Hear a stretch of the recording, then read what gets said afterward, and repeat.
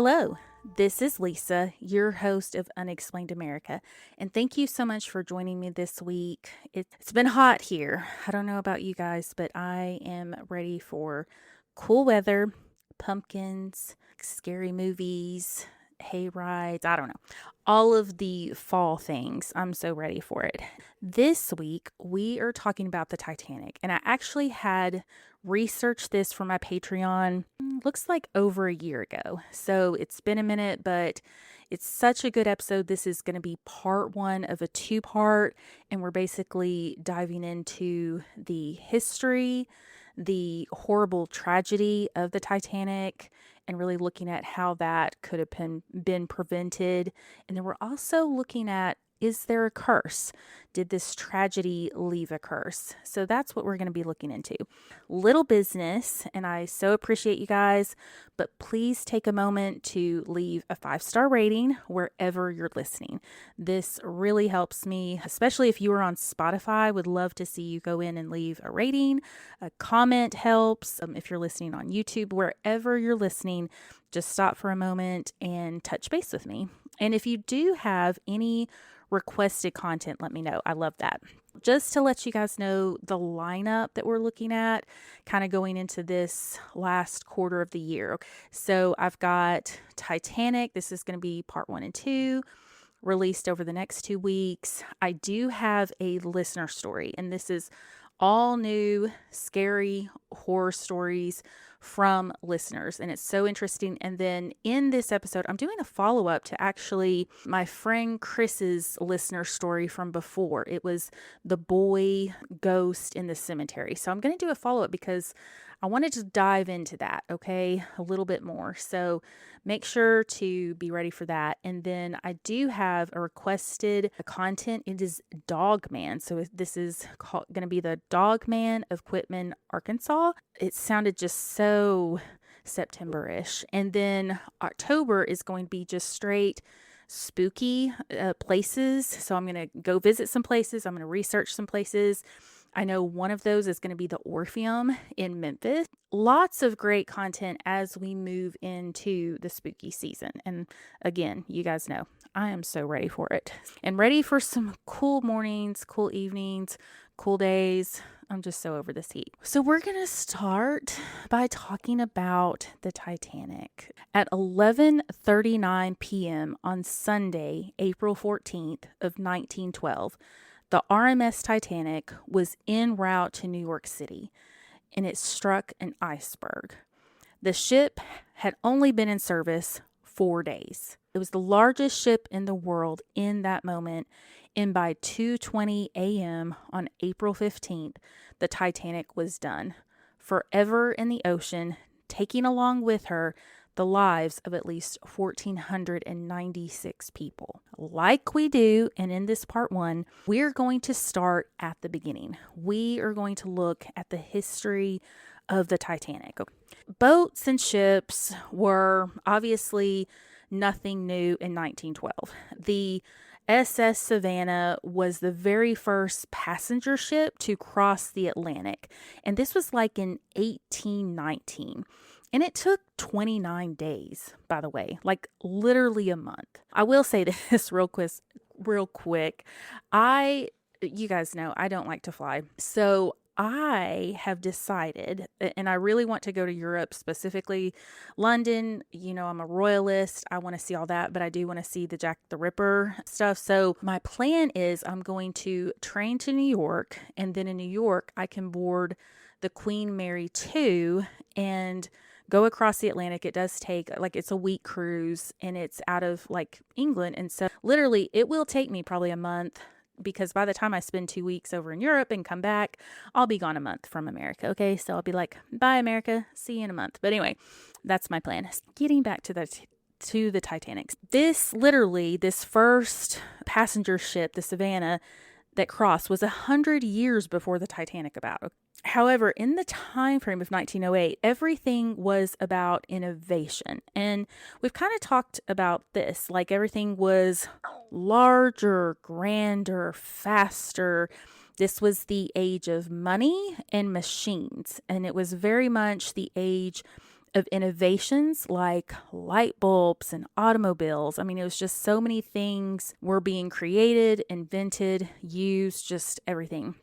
So this era, in general terms, was known as the Gilded Age in America and the Edwardian period in Great Britain. So kind of a little background. The gilded was due to everything on the surface being gold, but underneath not so pretty. And then Edwardian referred, of course, to the King Edward VII, who took the throne after a huge long time of having Queen Victoria on the throne. King Edward was very lavish. He loved everything over the top, and the Victorian age was very conservative. Queen Victoria ruled England for 63 years. So you can imagine the shift when she passed on and her son took it over. This was crazy. This was a time period where so much was going on in Britain and America, technology wise, socially wise, economically, politically, just tons of changes going on in this period. And this period was just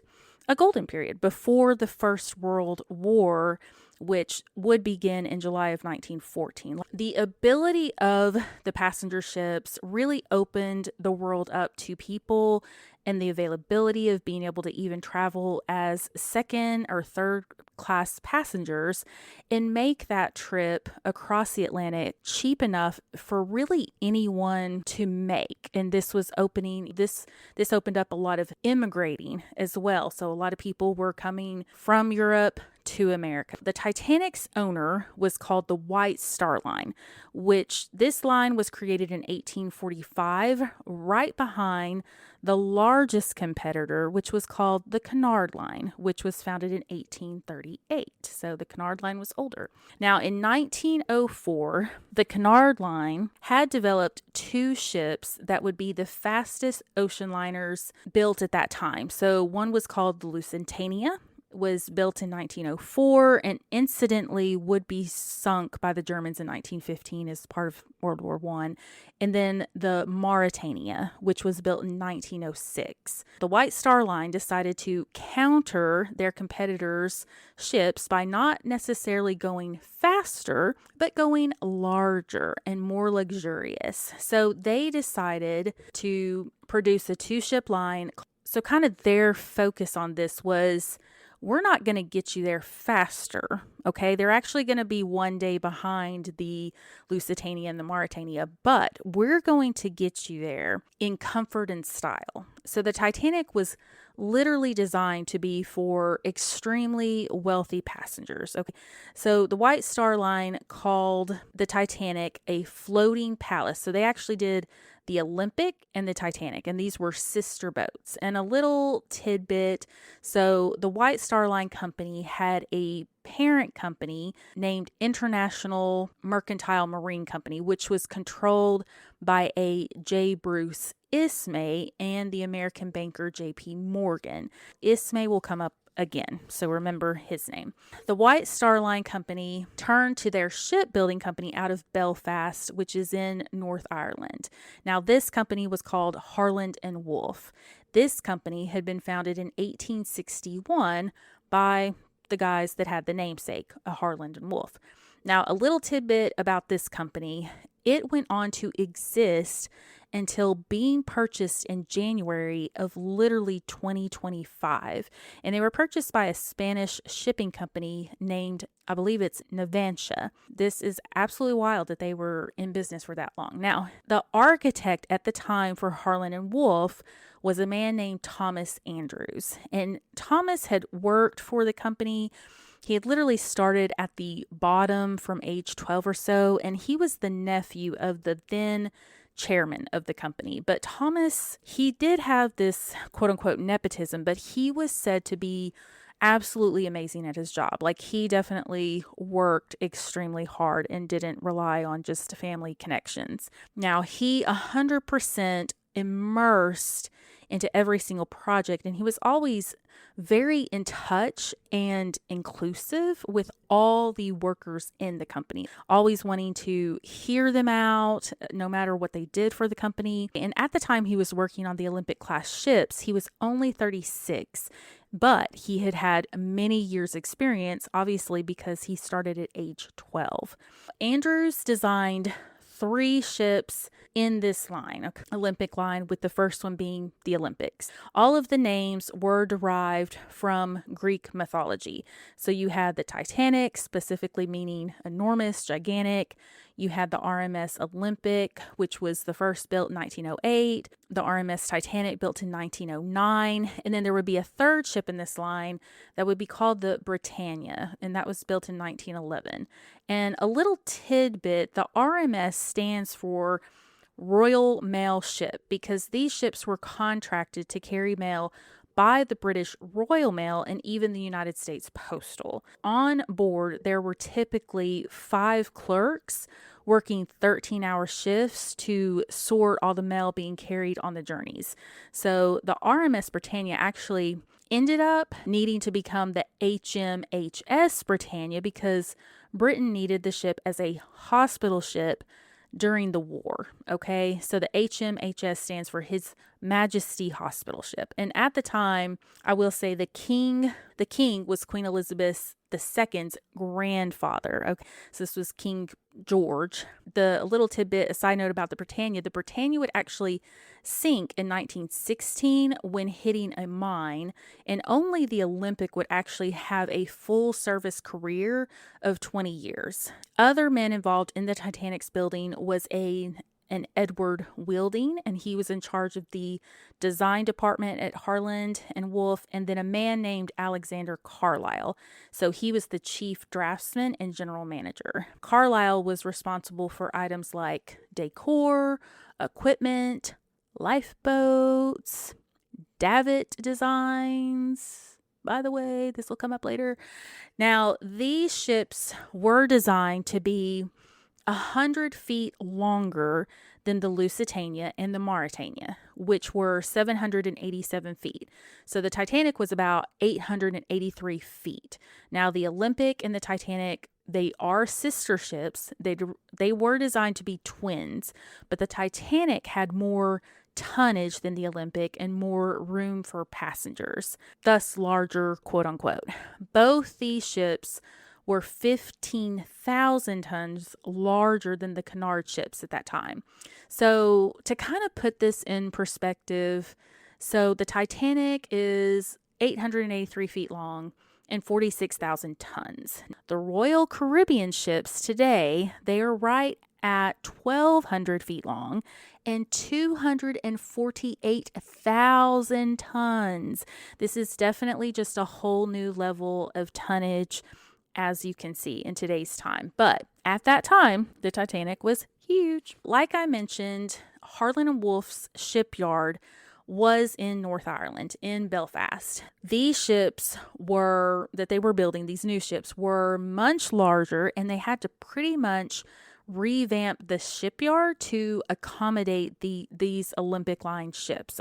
So they began working on the Titanic officially in March of 1908, and it would take 2 full years to build the ship. It takes 3,000 men in total or more, and the tonnage while building the ship was 66,000 tons, and the hull of the boat was 4 city blocks. So this is how big it was.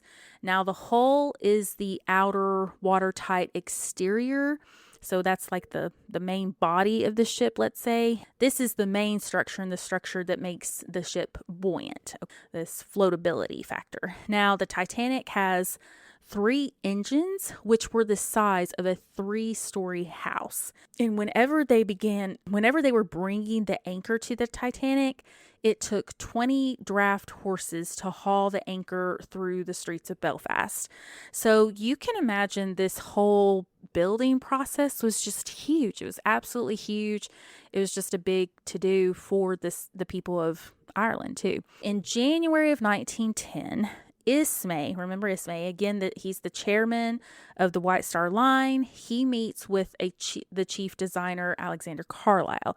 He meets him and he discusses lowering the bulkheads so that the grand staircase for the first class passengers could be larger. The higher the bulkheads, the safer the ship. They did estimate, even with the lower bulkheads, that 4 compartments of the Titanic could completely flood and the Titanic would still float. These compartments are watertight and would be about 10 feet above the waterline. They also discussed removing lifeboats because the deck looked too cluttered with too many boats. There was space and such for 48 lifeboats, and that was needed to cover all the people. So they needed 48 lifeboats. They decided to take the number of lifeboats from 48 down to 16. 30 less lifeboats, guys. And then they lowered those compartments because they wanted to make the grand staircase grander. As for the ship's construction, so at the time, steel is replacing iron, and steel is much stronger. And they were utilizing steel plates and steel rivets to keep the plates in place. And we're talking about when they're building this hull. And the rivets run along the seams of the hull, holding everything together. Now, in order to use steel rivets, they also had to use a riveting machine. Now, the machine because the steel is so strong, now this machine is extremely bulky. So in some cases, they couldn't use the machine on the curved areas of the ship's hull. So it was actually manpower on these sections. And since it was manpower, they reverted to use iron rivets instead of the steel, because it was much easier for the men to hammer. This is a widespread practice, but this decision will weaken the hull from what it could have been had they used all steel rivets.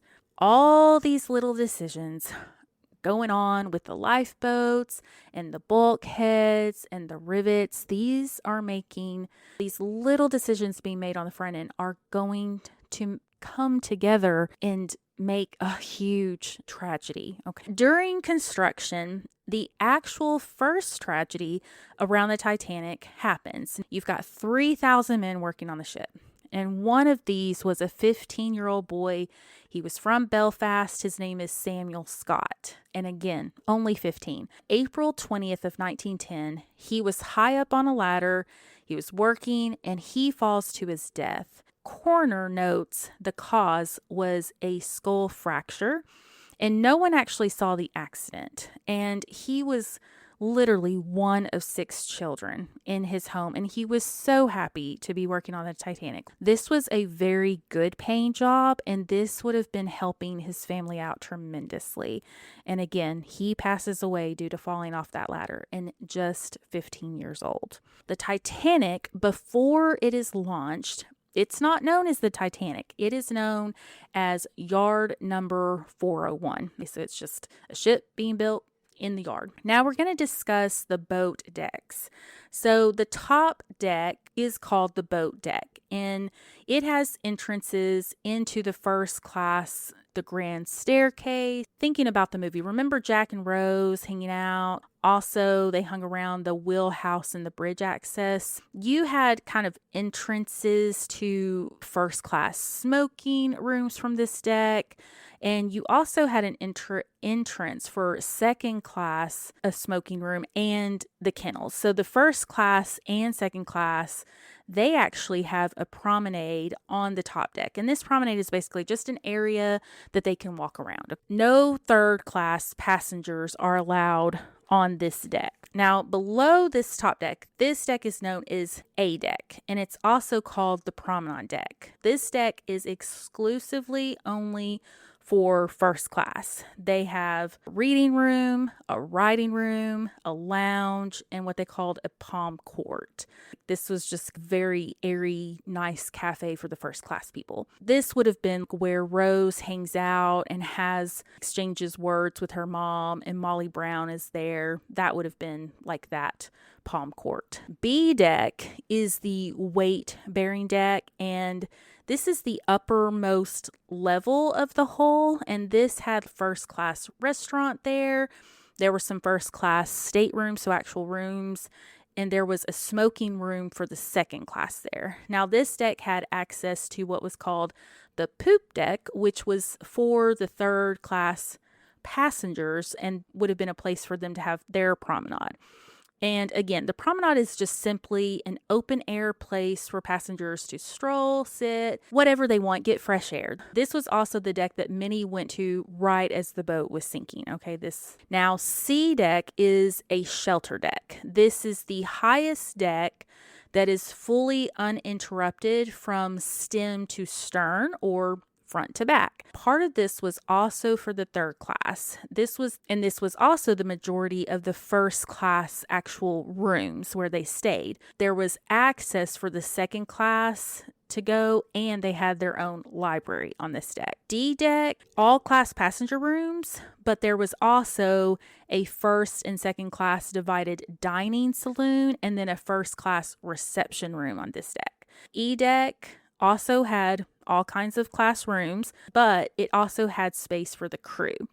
The F deck was specifically just for second and third class passengers.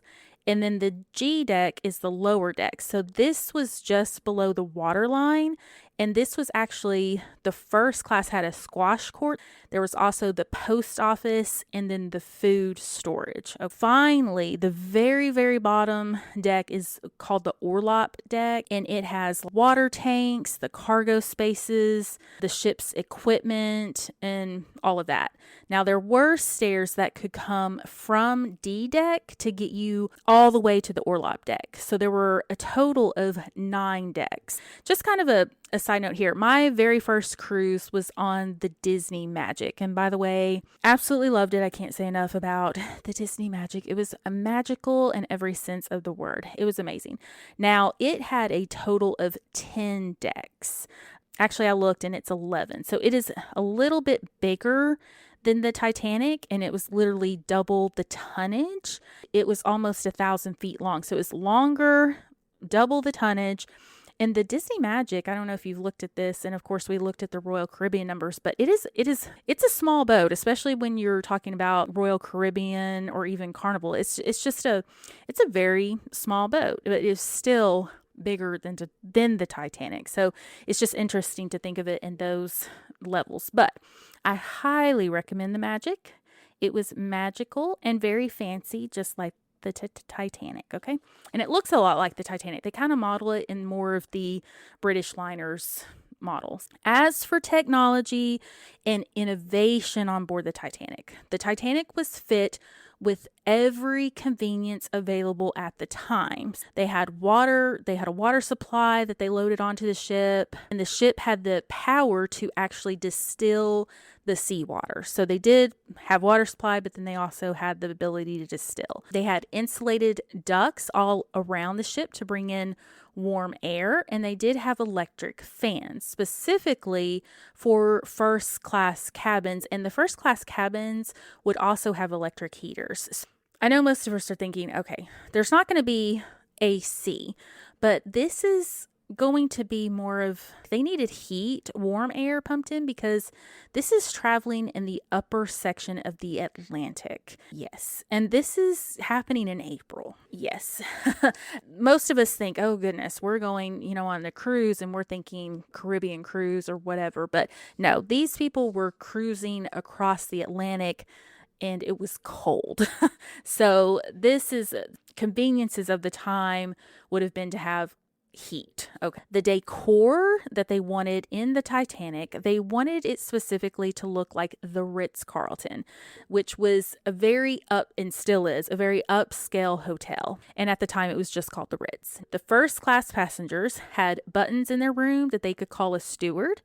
They had a deep saltwater pool available to them. They had their own gymnasium, squash court. They had a Turkish bath. They had a steam room.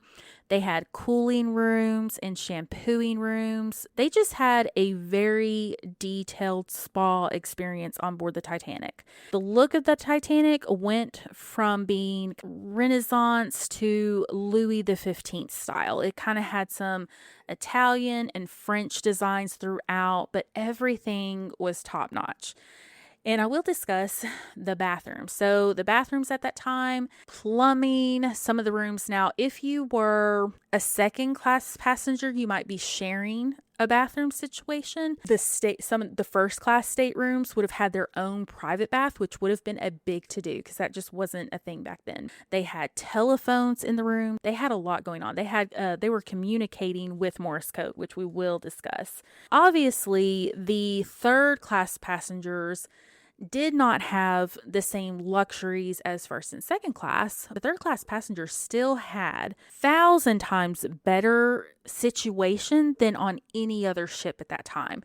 This ship was clean, it was new, it was larger bathrooms with actual lighting. So everything was, electric for them. So even though they might not have had all the luxury of the first class people, they still had a very nice, good situation, much better than they would have had on any other ship. On May 31st of 1911, the Titanic actually launches into the harbor at Belfast. The ship goes on a trial voyage of 8 hours. And again, the ship at the time is the largest man-made object in the world.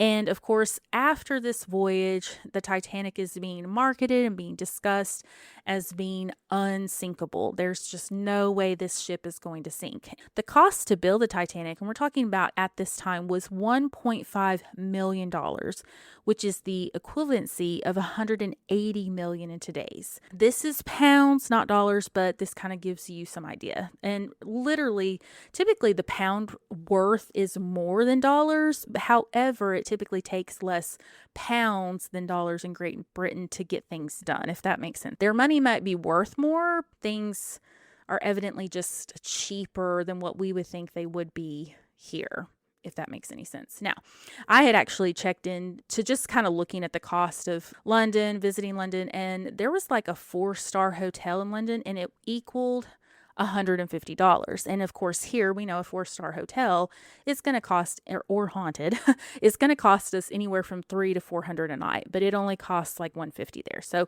that's kind of the idea.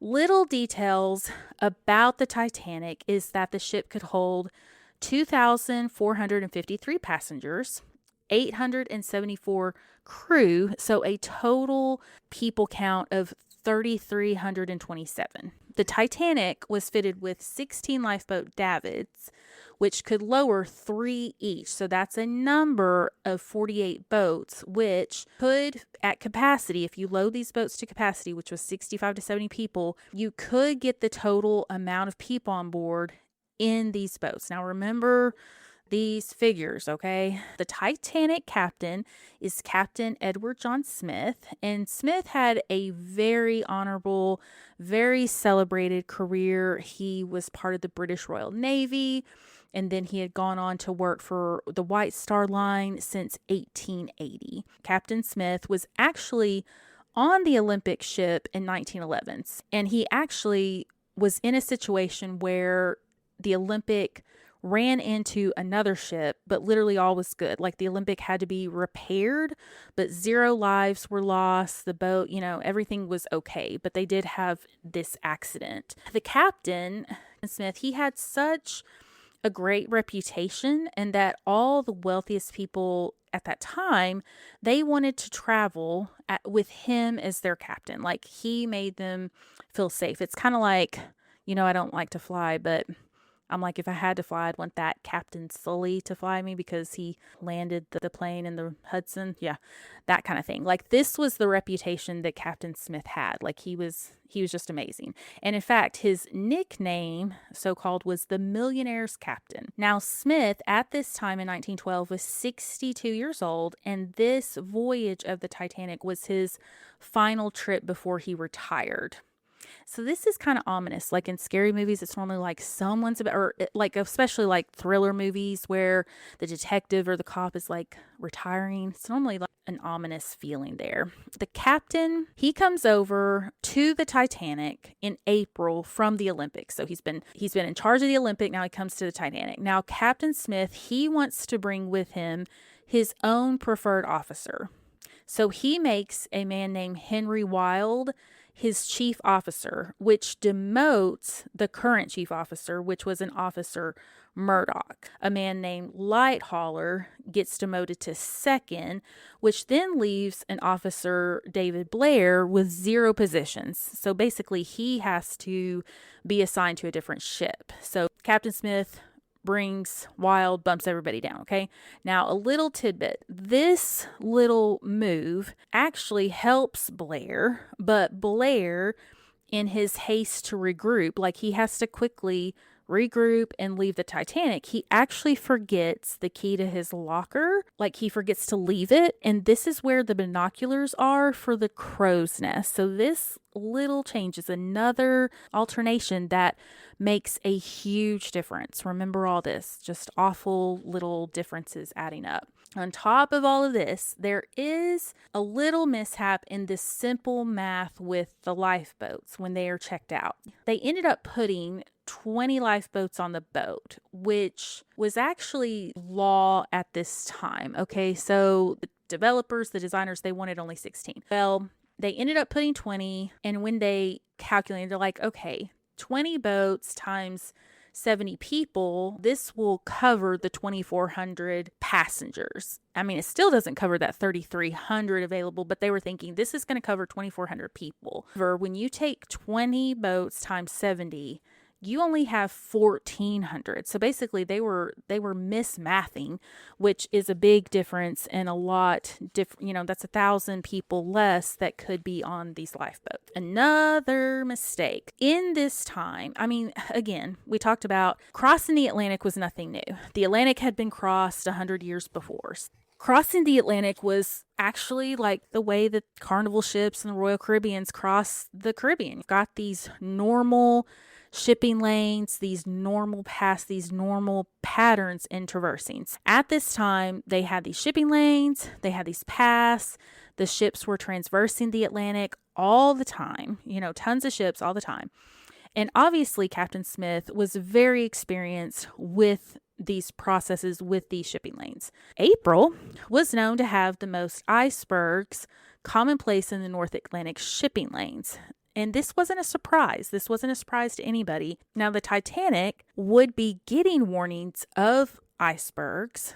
All kinds of communications are being sent by other liners, steamships that were carrying cargo and or passengers. And Captain Smith himself was very experienced and knew about the icebergs. Even before leaving, he planned to plot out a more southern route so he could avoid icebergs. However, unknown to Captain Smith, an iceberg 4 times the size of the Titanic was moving further south than the icebergs normally did.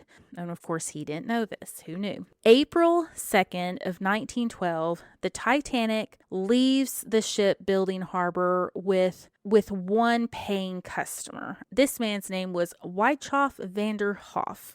I probably said that wrong. He was the only passenger that had boarded in Belfast. The ship sails down to Southampton, which is a port town 80 miles southwest of London. And at this point, the crew begins to board the Titanic and they're getting ready for the passengers. The crew comes to a number of 885. 40% were said to be native to Southampton and had joined this crew in like March.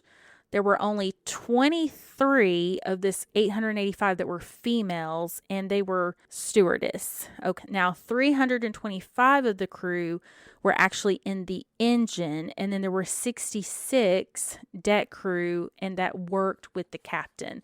The rest of the crew were literally bakers, chefs, butchers, fishmongers, dishwashers, stewards, a gymnasium instructor, a laundryman, waiters, bedmakers, cleaners.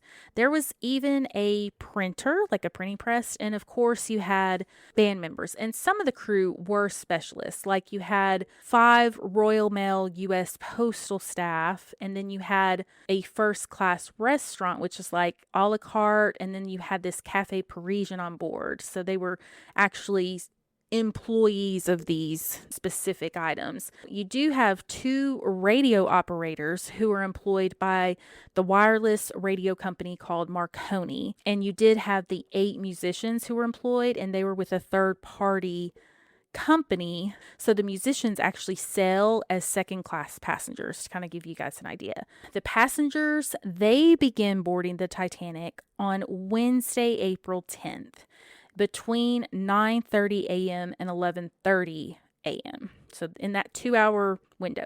This was the second and third class passengers. The first class passengers, they were boarding last, and they were actually sent down on a special train from London. Now, the first class passengers made up the count of 324, 6 of which were children. The first class tickets, they ranged from either £30 to £870, which is equivalent to costing $3,000 to $15,000 for your ticket, guys, by the way, just to give you an idea. Now, suites, there were a couple of suites on board. These were costing $100,000, the equivalency of $100,000. Insane. So these were specifically for the uber wealthy socialites, and one of which was the American millionaire John Jacob Astor IV, and he had his pregnant wife Madeline with him. There was an industrialist named Benjamin Guggenheim that was on board. You had the painter and sculptor Francis David Millay. You had the owner of the department store Macy's, which was that Isidore Strauss, and his wife Ada. And then you had the millionaire Margaret Molly Brown, later to be known as the unsinkable Molly Brown. And then you had a Sir Cosmo Gordon and his wife Lucy, and a Lieutenant Colonel Arthur Poochen. And the list goes on and on. I mean, there were definitely a lot of millionaires. And I will say this, many of these millionaires went down with the ship. Second class passengers totaled 284 people. There were 24 children, and their tickets ranged from the cost of around $1,800 to in today's dollars. Okay. The third class passengers had the largest amount of people, so they had 709 people, 79 being children, and their cost equaled $350 to $1,000. Kind of depended on their room type and how many people were in their room, and so-called. They were just paying for a bed in that room and whatnot. So anywhere from $350 to $1,000 in today's money. You're looking at $1,800 for the second class. Looks like I would definitely be spending that money.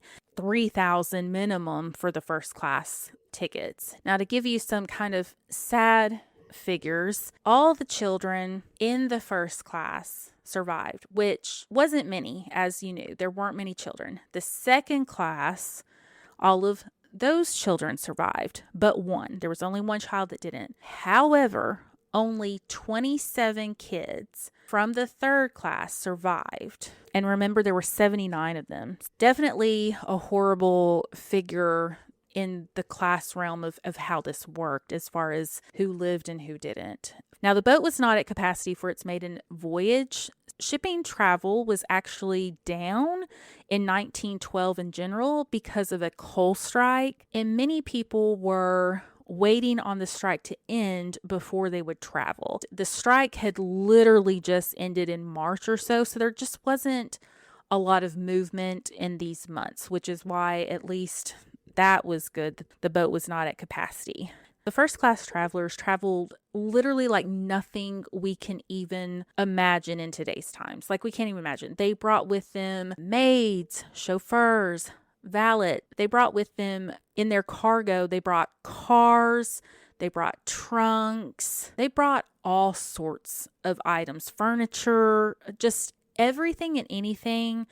J.P. Morgan himself was actually scheduled to be on the ship, but he canceled last minute, and his partner, that J. Bruce Ismay, he is on board the ship, and as is the designer of the ship, the Thomas Andrews. And just a tidbit, so Thomas Andrews was one of 9 men on the board that called themselves the Guarantee Team. They all knew or specialized in different mechanics of the ship. and they were on the maiden voyage to ensure the ship was in proper working order. And all 9 of these men would not live, by the way. They all went down working on the ship. There is a definite number discrepancy of people that would be lost at sea, because there were about 50 ticket holders who never boarded for various reasons. Okay, so just FYI, sometimes you see the number of victims to be 1,496 or up to 1,513, because there was no way for them to know who, what, where at the time, who was literally on board the boat, because some had tickets that didn't show up, and some people could have snuck on. There was no way to know absolute number there. Everyone gets on board the Titanic by noon. And at this point, there's 920 passengers, thousands of people in Southampton to see the Titanic off. The Titanic, whenever they left Southampton, they still had 2 more stops before heading on to New York. So they actually stop in Cherbourg, France, which had a port there. They stopped there, so some people were getting off or on in France. And then they also stopped in Queensland in Ireland. So again, some people were getting off and on. Many of these people that got on in Ireland were headed to New York as immigrants. So they were actually immigrating to America. So they were not coming back. Now, the Titanic actually picked up, of course, some of these passengers, because they're getting off and on these ships on the 11th. And just kind of a little side note, there is a priest. He boards in Southampton, and he was literally just on the Titanic to get to Ireland. And his name is Father Francis Brown. So he is one of the few that actually had like a camera. So he was able to take pictures of the Titanic and still have them survive, because he gets off the boat in France. Okay. So this is why you even have pictures on the Titanic. So obviously you had people in the crowds taking pictures of the Titanic as they watched it, because this was a huge ordeal when the Titanic launched. But you do have this Father Francis Brown who is taking pictures, and then he actually departs the ship on the 11th. So I will share these pictures. I will post. He even gets a picture of Captain Smith on the ship. But now the Titanic can go up to what's called 21 knots, which is kind of like going 24 miles per hour. Captain Smith, he wants Titanic to run at its fastest. So he is wanting it to be as fast as possible. He wants to get it to this 21 knots. He hoped to be in New York on the 17th. That was his goal. So he was like, we're going to book this. Now, we mentioned about the radio telegraph system, the Marconi. This is known as a wireless telegraphy, and this system was created and owned by a Marconi International Marine Communication Company. And they had actually been working on the developments in the late 1890s. And this was developed by a man named Guglielmo Marconi, who was an Italian who created this system of communications. The company, again, put 2 employees on the Titanic. One was a Jack Phillips and another a Harold Bride. And they worked in a room called the radio room, which was on the boat deck and near the officers' quarters. And their main job and moneymaker was to send and receive telegraphs for these really rich passengers, okay? And this was literally a 24-hour thing. So these guys were just rotating. One worked, one didn't. Now, the Titanic, of course, being brand spanking new and innovative, was equipped with the best communication at the time. Their spark gap transmitter made it to where the Titanic could communicate with ships up to 350 radius miles away. So this is huge. This was a very innovative thing. After the Titanic leaves Ireland on April 11th, it's pretty much smooth sailing on the 12th and the 13th. There is a fire burning incident in the boiler rooms, but this was pretty common. They use coal, and this was combustible. So this was kind of a normal thing. The fire was not any concern. It wasn't abnormal. The passengers didn't even know about it. So it was pretty much just normal, good sailing. Now, by 9 a.m. on April 14th, the Titanic is halfway to New York. And around noon on the 14th, the Titanic receives a second iceberg warning from a steamship called the Baltic. The message gives the location of the area where the icebergs are being seen. On the 14th, there are actually 5 total warnings that come in over the day, okay, about this specific iceberg. Now, Captain Smith, with these warnings coming in that morning, he changes his course from southwest to west, and he waits for this to be done at 5:30 p.m. So he kind of delayed this change 20 minutes because he was thinking, okay, this will put the Titanic further south with this delay in this change.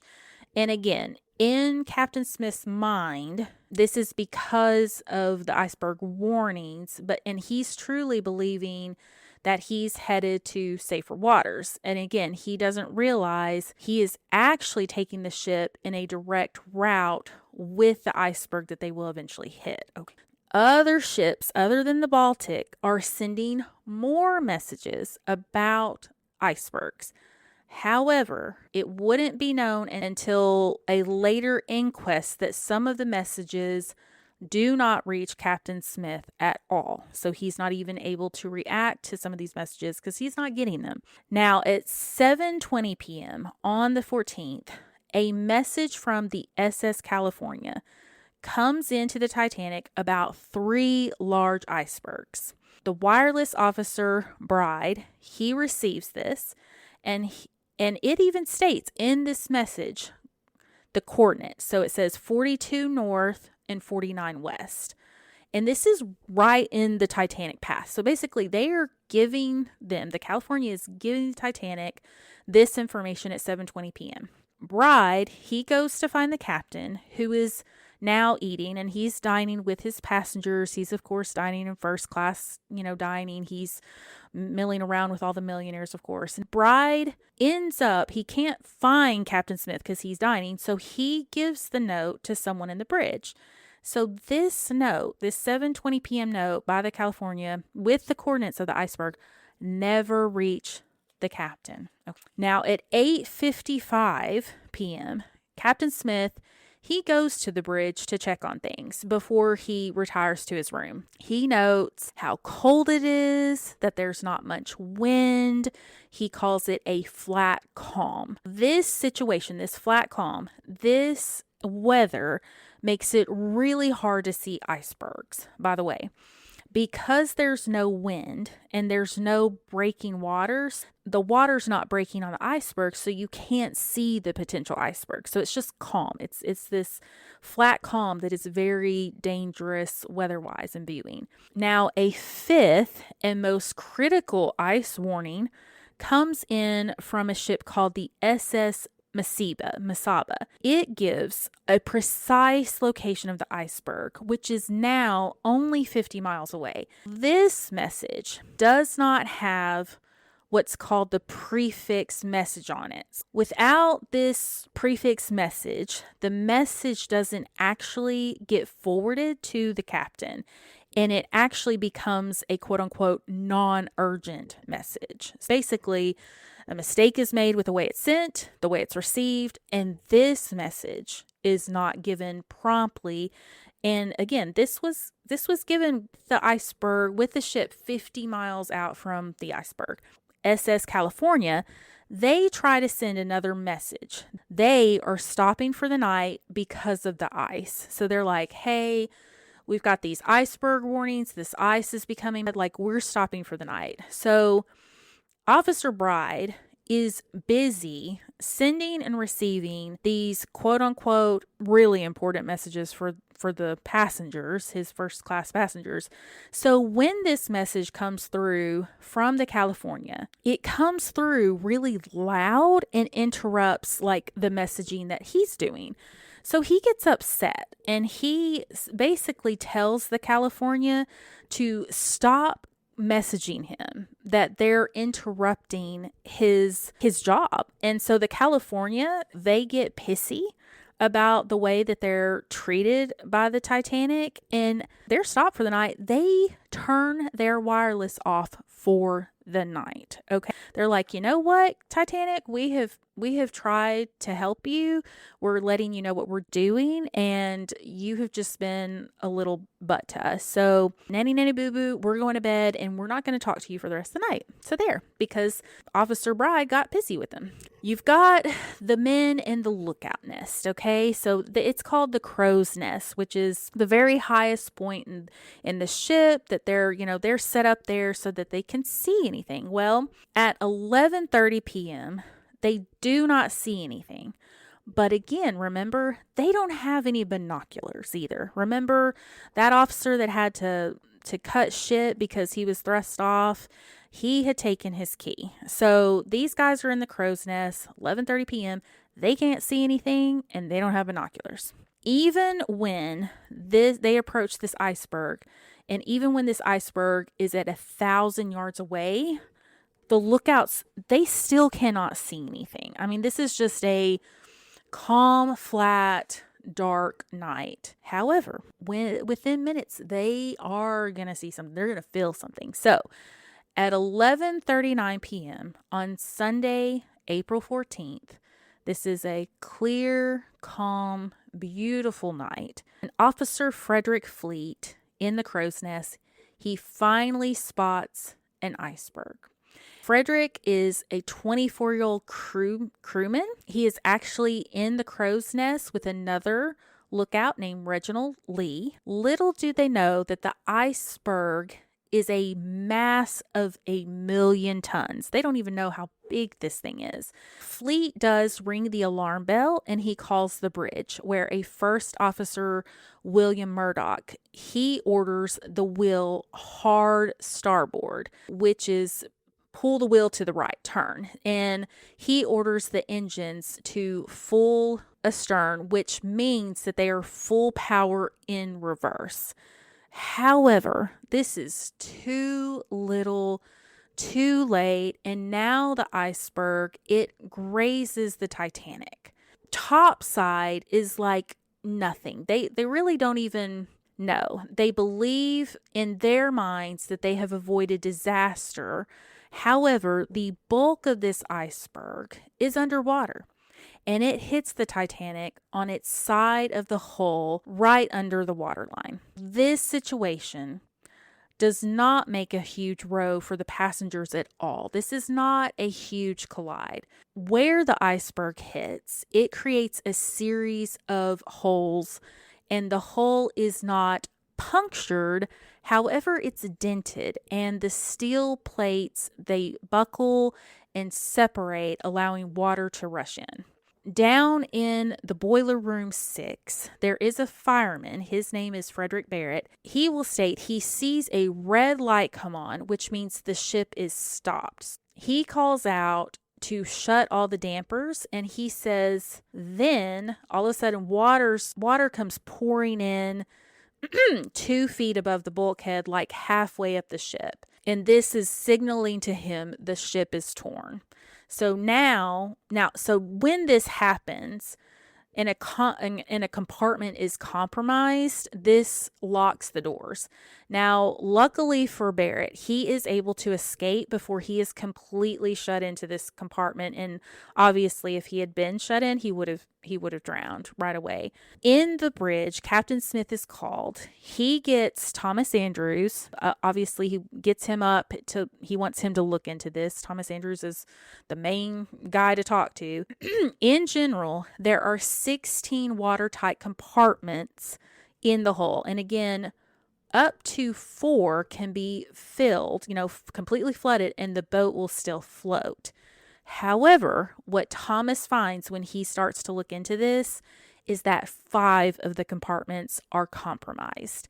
And he tells the captain this, and both men know at this point that the Titanic is doomed. Like, they know the boat is going down at this point. Captain, he goes to the radio room And a little after midnight, he has the first distress call go out. At this point, Jack Phillips is at the radio and he sends out an SOS. Also at midnight, Bruce Ismay is told the boat is sinking, and Captain Smith projects the boat will be underwater in 2 hours. So he's like, by 2 a.m., this boat is going to be underwater. Likewise, orders are going out everywhere. So they begin boarding women and children into the lifeboats. First class passengers, they begin gathering in their gymnasium, one of which is that John Jacob Astor. And again, remember, he's on his honeymoon. This is like his second wife. She's very young. Her name is Madeline. She's pregnant, and they load Madeline into a lifeboat. John is told it's only women and children at this time. Captain Smith really did not mean this. This is a miscommunication that actually would put a lot more deaths in place, because for some reason they say, okay, the people taking orders, they decide, okay, only women and children, and they don't even start filling these lifeboats full. They're supposed to get 70 people in these lifeboats. They're supposed to get as many people as possible, but they are not. And really, the bottom line is this crew was not equipped and they weren't trained for this situation. They had no training whatsoever about this. They were really under the faith and belief that they were in an unsinkable boat. They really had no clue. They just couldn't even fathom. Now, I will say, most of the time, there are so many other ships that there is plenty of time. I mean, 2 hours allows for time for another ship to get to your ship in an emergency situation, but we'll get into that. Okay. Phillips, he is on the wireless radio, okay? Remember, Bride was the one that was on it earlier. So he sends a message to the California. But remember, Bride had pissed off the California and they had turned off their system. So they are not taking any correspondence at all. Phillips is able to get in touch with a ship called the Carpathia. Now, the Carpathia begins to come back to the Titanic. However, the Captain Smith, he knows that Carpathia is 4 hours away and that it's going to be too late for the Carpathia to actually save the Titanic and save the passengers on the Titanic. Also, as is protocol, the Titanic fire off distress rockets literally within 17 to 20 miles of the Titanic is the SS California. They are literally that close. It is said that they can see the distress signal and they go to tell their captain, Stanley Lord, and he's sleeping. And it said he doesn't react. He doesn't say anything. He doesn't do anything. And ultimately, Captain Lord will face the consequences of this behavior, okay? Because the California literally sees these distress rockets and they can travel, let's just say they can travel at 20 miles per hour. So they could have made it to the Titanic in 1 hour had they reacted. In the meantime, there is, and again, this is just a hot mess going on. There is very little concern and very little haste going on with the crew and passengers. They don't know what to do. They don't believe that it's like, oh, we struck an iceberg. I don't know. Let's get some caviar. It's just not registering. And of course, this was in the middle of the night. Many of the passengers were asleep. The first class passengers obviously were alerted first, and the third class are just down there sleeping, and it's just not a concern to anyone. And it's like they really don't believe that the boat is sinking. Everybody's just under the presumption that this just can't happen. The lifeboats that are being loaded, they're only being loaded with maybe 30 to 40 people instead of 70 people. One of the crew, a Captain Lighthauler, he is taking some control of the situation, and he is at least getting crewmen to help fill the boats from the lower decks. Okay, so he's like, we got to get busy. Now, remember the owner of Macy's, the millionaire Isidore Straus, and his wife Ada. He is literally offered a space on a lifeboat, like both of them. However, being a very distinguished man with high morals, values, he says he will not take a seat away from a woman or child and until they're all loaded. So Ada, knowing what he's decided, she refuses to go without him. And both the Strauss will go down with the ship. Now, Molly Brown, she is loaded into a lifeboat and she takes control of her lifeboat. She fills it up. Because of her actions, of course, this will earn her the future nickname Unsinkable Molly Brown. Now, on the deck, the band, the orchestra, is continuing to play. They're trying to keep the passengers warm. They're trying to keep them comfortable. And they will also be unsung heroes at first, but very sung eventually. And these men, these 8 men, literally play their instruments until the very end, and they go down with the ship as well. And their band leader and violinist is a Wallace Hartley. Now, at 1:40 a.m., the last boat is loaded. Remember that Bruce Ismay? He gets himself on this lifeboat without being noticed, and now this lifeboat leaves the Titanic with still 1,700 people on board. And this boat wasn't at capacity, and then had very limited lifeboats, but they did have 20, and they did not load them to capacity. They could have at minimum gotten 1,400 people in these lifeboats had they actually filled the lifeboats. Now, at 2 a.m. on Monday, April 15th, Captain Smith is said to say his final words. And these are disputed because one was be British. He was telling his crew to be British, or it's every man for himself. Now, the Titanic was full of water in the hull. The water poured through open hatches and grates, and eventually the power goes off on the ship. And as the ship's unsupported stern rises out of the water, it exposes the propellers, and then eventually the ship breaks into 2 main pieces between the second and third funnels of the ship. And this is due to the immense force on the keel of the ship. Now you have the bow underwater, and then there's air trapped in the stern, and the stern actually will rise and remain floating for a few minutes. It rises to a vertical angle with hundreds of people clinging to it. But within 20 minutes, by 2:20 a.m., the whole ship is gone. It is all underwater. Now, it's said around 5 people are pulled out of the water by lifeboats, although there are still room in the lifeboats for hundreds of more people. One of the 5 of these men that were pulled above, his name is Frank Prentice, and he was an assistant storekeeper working on the ship, and he was only 23 years old at the time. Frank had been helping work to get all the women and children on the lifeboats, and he actually is quoted as helping a woman named Clark get into a boat. And then he just ends up holding on to the section of the boat with the propeller, and he keeps holding on to it until he finally plummets into the water.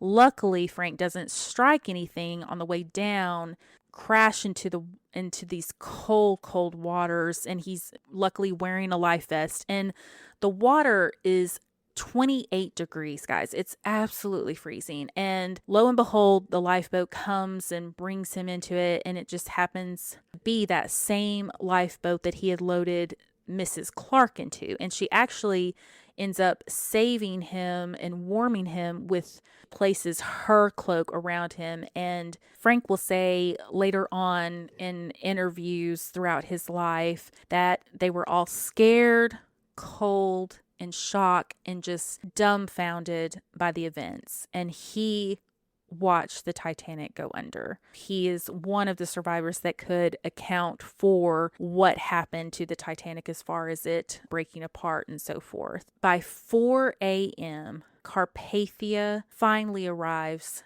to the scene. And this is where I'm going to leave you guys. So, thank you so much for listening this week.